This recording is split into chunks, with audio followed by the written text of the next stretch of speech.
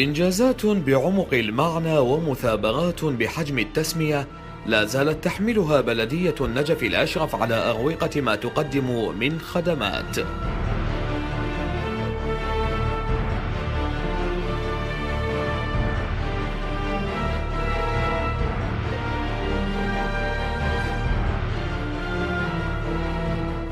جدول نوعي يبدأ بتأهيل وإكساء 5 شوارع بعد إعلان مناقصاتهم وتحديد موعد للمباشرة بالمشاريع، مضيفين الكلفة التخمينية لكل مشروع مقدم.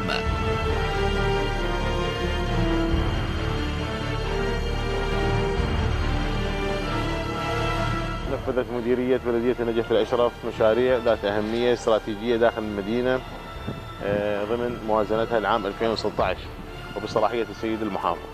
حقيقة هذه المشاريع ذات أهمية تخدم أحياء مهمة.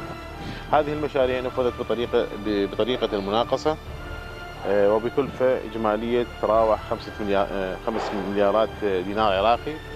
بالإضافة إلى هذه الشوارع تم تنفيذ شوارع أخرى بطريقة تنفيذ الأمانة، وكذلك شوارع تم تنفيذها بطريقة التنفيذ المباشر بكوادر البلدية من قبل فرقة التنفيذ المباشر التابعة للبلدية، وبالأسفلت المنتج من المعمل التابع للبلدية. هنا شارع الوائلي الذي يبلغ طوله 2000 متر وعرض يصل إلى 25 مترا باتجاهين، أما عرض كل منهما 8 أمتار ونصف. تم إنجاز تأهيله بفترة قياسية رغم بعض المعوقات.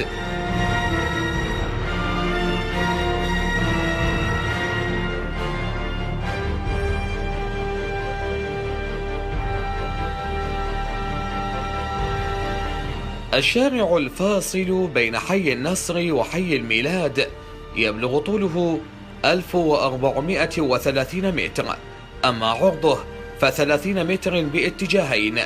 إنجازه تم في وقت قياسي مقارنة بموعد التسليم.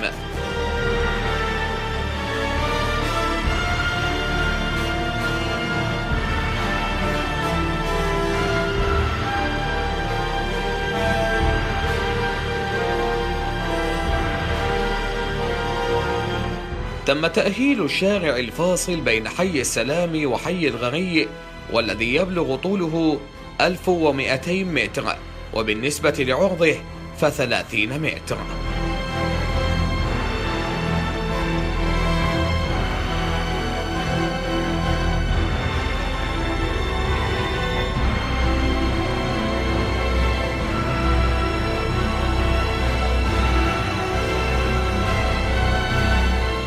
هناك أعمال تأهيل أنجزت لشارع باتجاه واحد في حي الرسالة، والشارع الرابط بين حي السلام والغري والسلام والجامعة.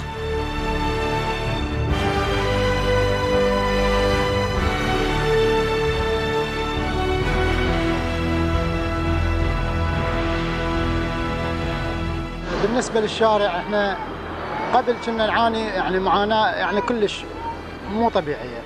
التراب بالنسبة للطسات تلاحظ هسه شلون صار الشارع.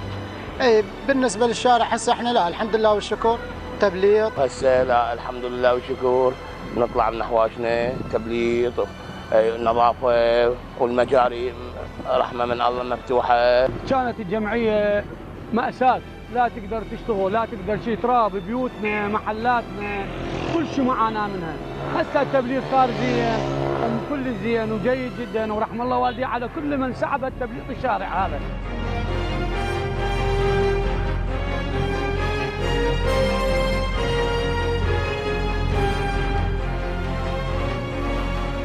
هكذا كانت الشوارع، وهكذا أصبحت بأبهى صورة ضمن جهد مرهق لفريق عمل مخلص وواجب نجفي فرض نفسه على عاتق العاملين.